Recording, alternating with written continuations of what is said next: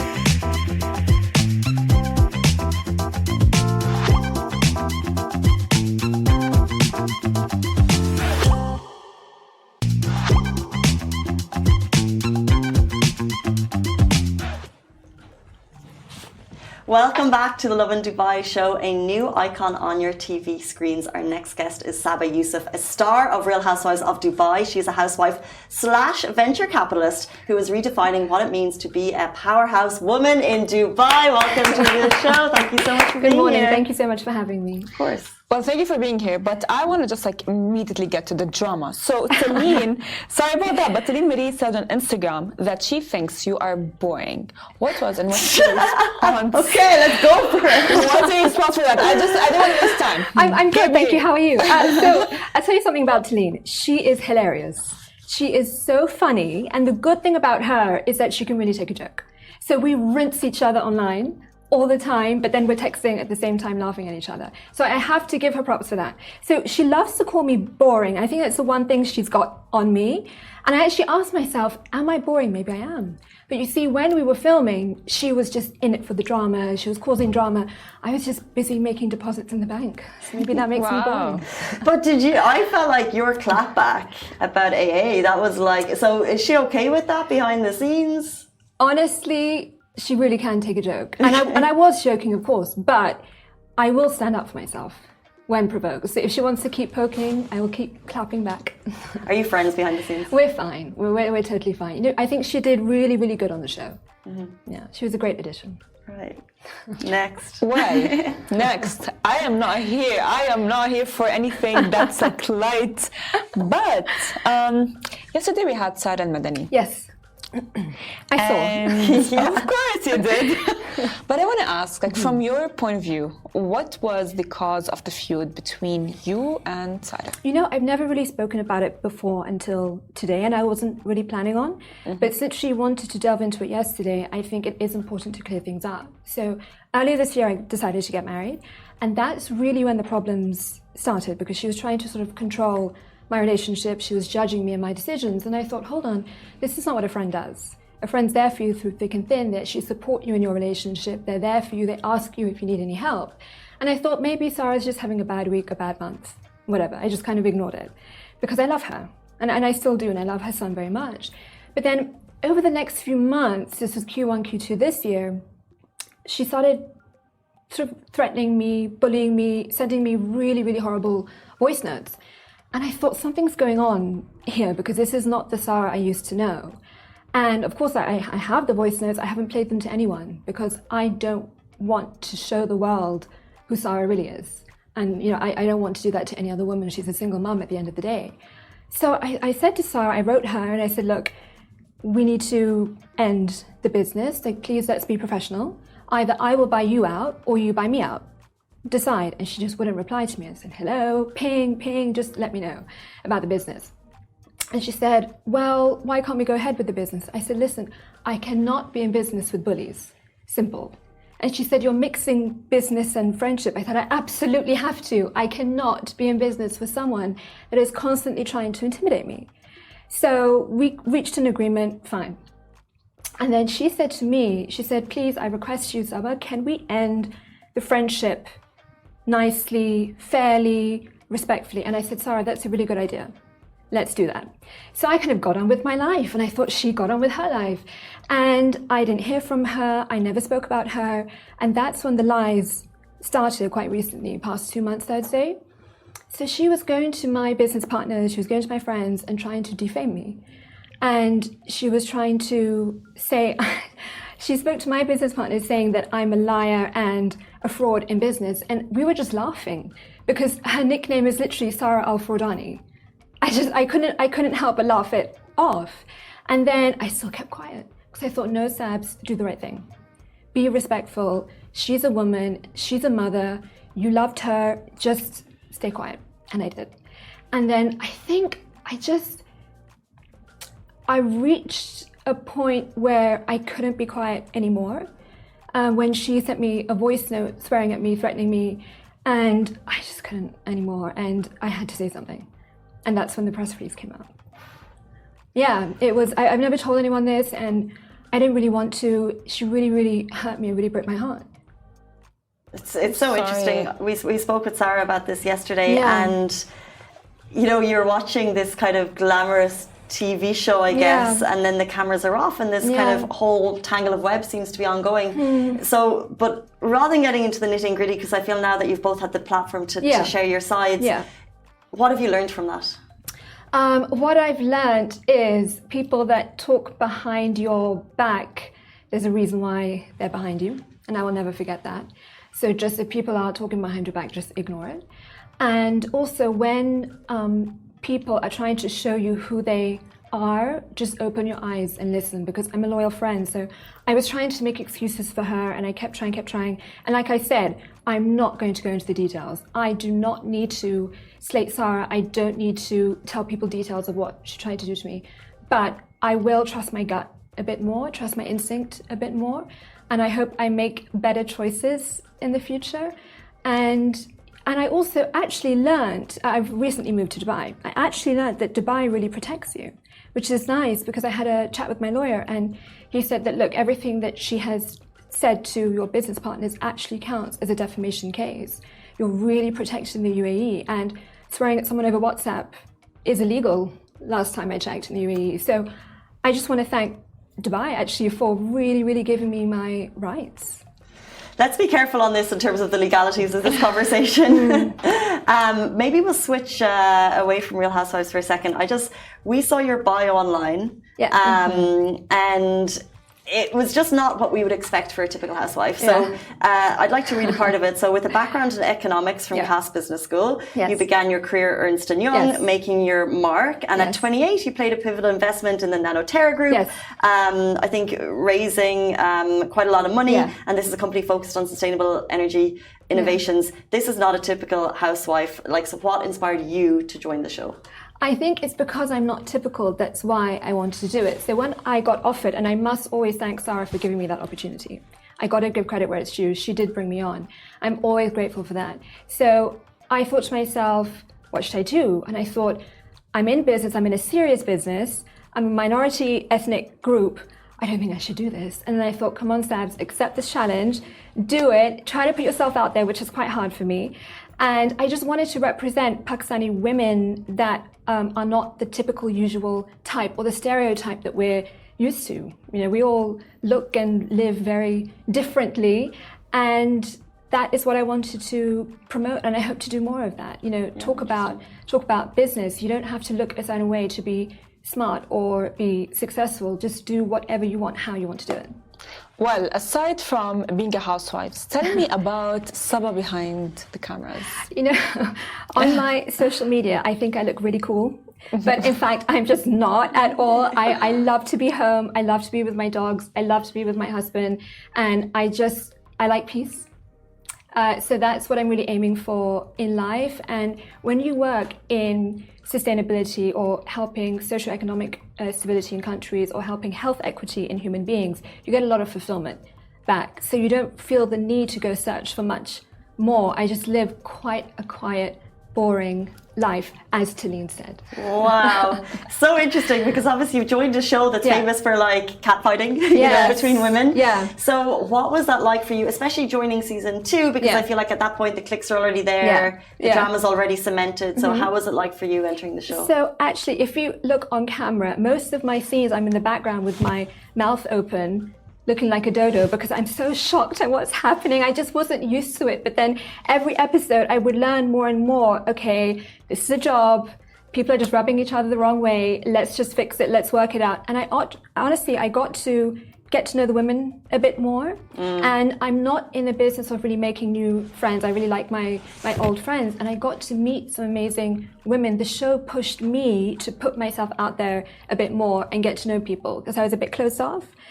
But the drama is hilarious, and I hope that everyone can just kind of sort it out, be civil with each other, and be friends. Well, of course, you are the first Pakistani housewife. Yes. So how do you feel that your presence on the show is impacting Pakistani women in Dubai? You know, I get a lot of emails from Pakistani women in Dubai saying just thank you so much for doing this, because I think only women understand how brave you have to be to do this. I don't think men get it. It's so hard, and I'm not some feminist or we hate men kind of person. I want to put myself out there as a woman, and I'm getting good feedback, because I get emails, you know, from women saying, thank you so much for showing me this. Like, I have more hope to pursue my startup or something like that, because it takes just one to push our Pakistani community forward. Then another person has to come in and be brave and do it again. And speaking of women, honestly, I wouldn't have been able to get through the last 6 months if it wasn't for my husband, who is a man. So I think it's both. You know, I receive so much strength and support from him. I wouldn't be here if it wasn't for him. So he, as a man, is actually helping me support more women. Right. It's really nice. Well, they always say behind a strong man is a strong woman, and I guess vice versa. Yeah, absolutely. Speaking of your husband, we know that you announced you are already married, but you'd also like $1 million wedding next year. Tell us about that. There's a lot of rumors floating around about the cost of my wedding. Yes, we are married. We did our Islamic marriage this year, but we're planning for our wedding next year. And yeah, I don't know how much it's going to cost, but I think my husband should be more worried about my ring, because I'm still designing it. You're designing your own ring. He's in the back sweating right now. So let's see. And I would actually love to invite all the housewives to my wedding. I would love for them to be there. Except one, of course.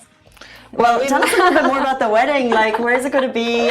Tell us about the ring. It will be in Dubai. How much is it going to cost? No, it will be in Dubai for sure. We're planning a few days. I think my husband's side wants to host one day.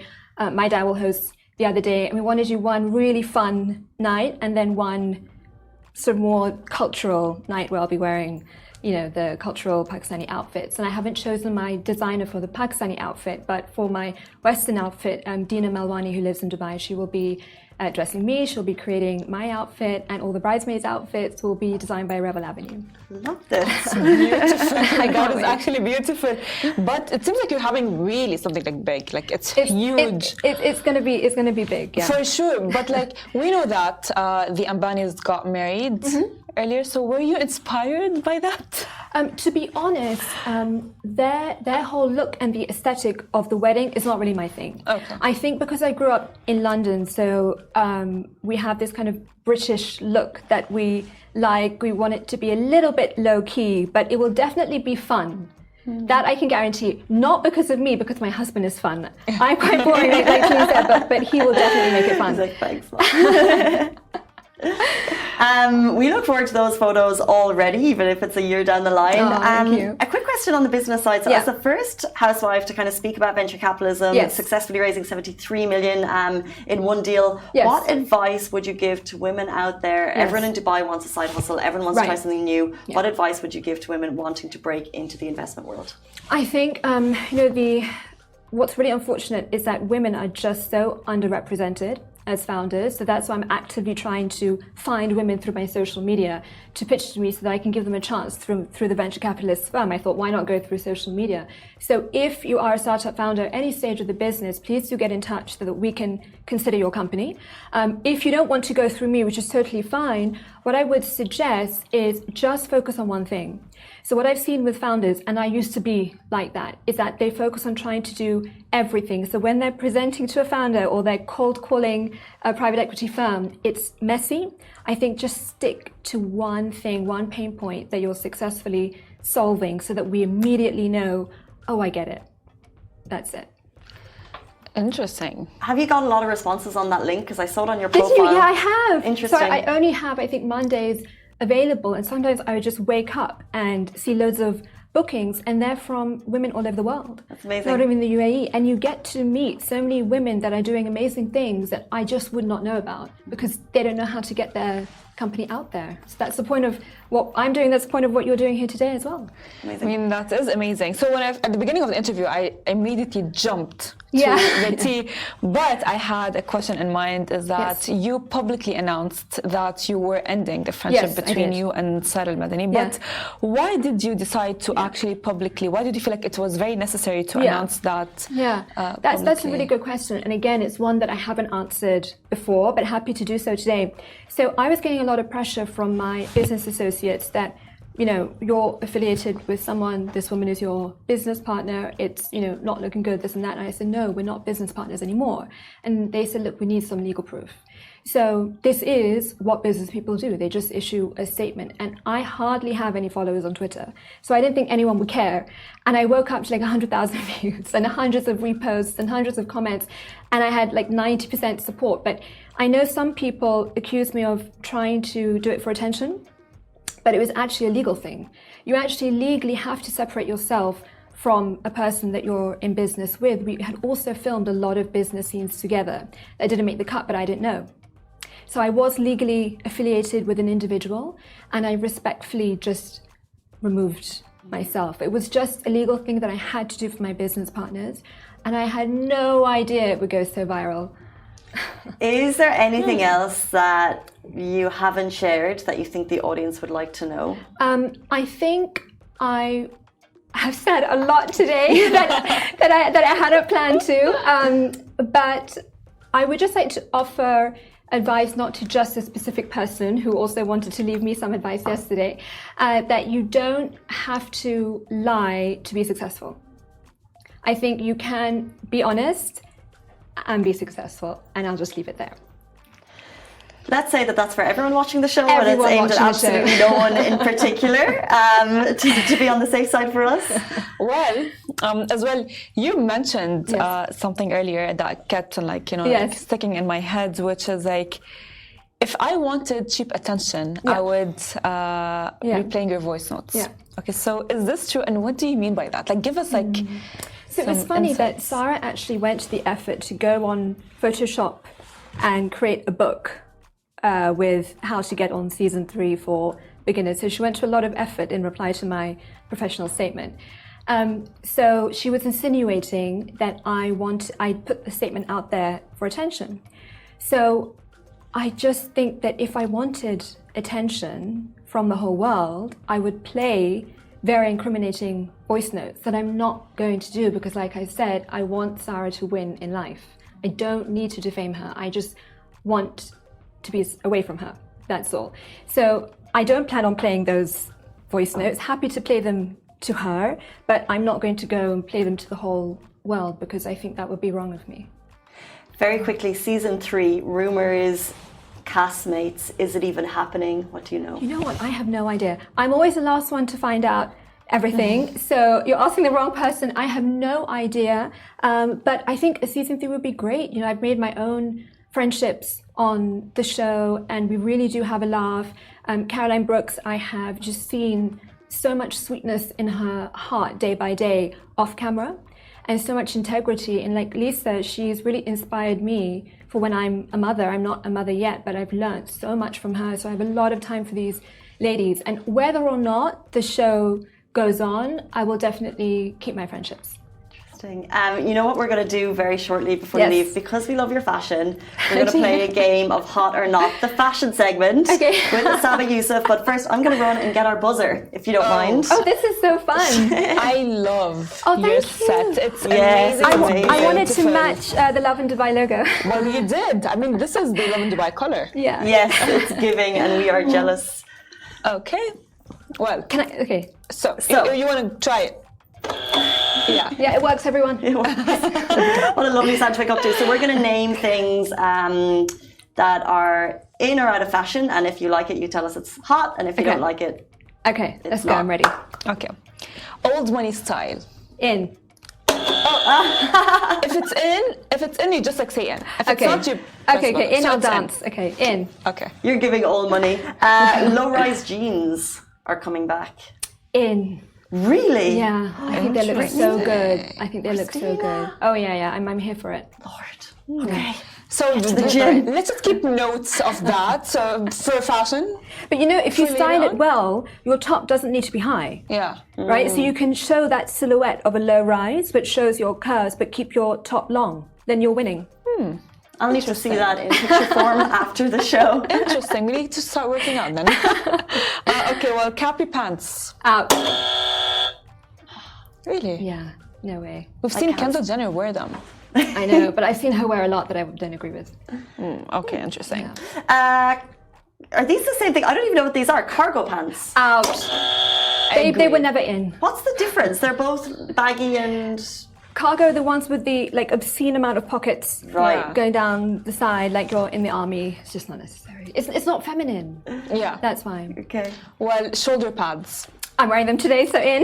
They are cute. Shoulder Show them pads off. best. And then finally, Crocs.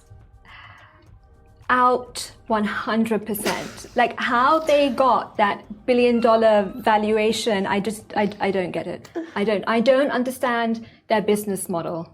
They should only be for kids because they're comfortable, and they should not make them for adults. So glad I'm not wearing... Oh no, I wear... Okay, so one more Birkenstocks. No, don't even go there. That valuation was more than the Crocs valuation in the business community, and I just wanted to cry. Like no woman or man looks good in Birkenstocks. So glad I'm not wearing mine right now. I'm just like, okay. Yeah, nice loafers. Thank you.